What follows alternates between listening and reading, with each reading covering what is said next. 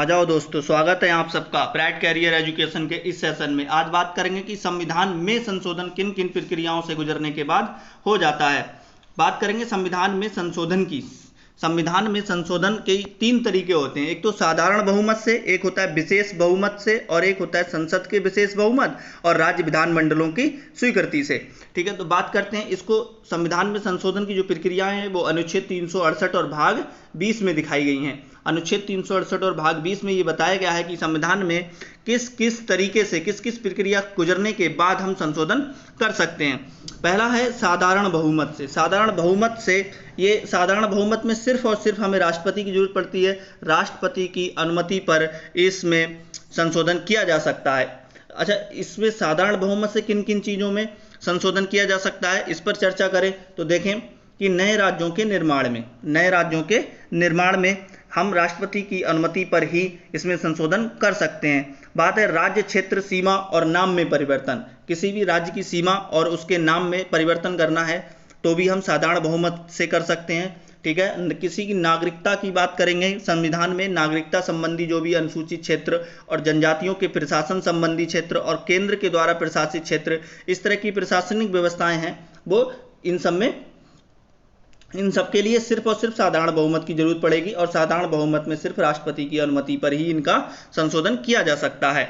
बात करते हैं दूसरा कौन सा प्रकार है जिससे ये संविधान में संशोधन हो जाते हैं। एक होता है विशेष बहुमत के द्वारा। विशेष बहुमत को होता है कि संसद में जो कुल सदस्य हैं, उपस्थित हैं, उनने मतदान किया है, उसमें से 2/3 भाग जो मत हैं वो मिलने चाहिए। ठीक है, उसके बाद राष्ट्रपति की स्वीकृति मिलनी चाहिए।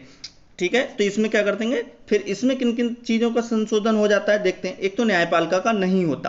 ठीक है, न्यायपालिका का इसमें नहीं होता, राज्य के अधिकारों का नहीं होता। उसके अलावा जो भी मामले हैं उन सब का संशोधन विशेष बहुमत के द्वारा हो जाता है। ठीक है, इसमें न्यायपालिका और राज्य अधिकार जो है वो विशेष बहुमत के द्वारा नहीं होते। बात करेंगे तीसरा कौन सा प्रकार है जिससे संशोधन हो जाता है। तीसरा प्रकार है विशेष बहुमत भी होना चाहिए और राज्य विधानमंडल का भी बहुमत होना चाहिए। विशेष बहुमत का मतलब वही 2/3 सदस्य, भाई जो भी भाग ले रहे हैं सदन में उनके 2/3 सदस्यों का मत होना चाहिए। राज्य विधानमंडल की बात करें उसमें आधा बहुमत होना चाहिए, आधे जो सदस्य हैं वो पक्ष में होने चाहिए।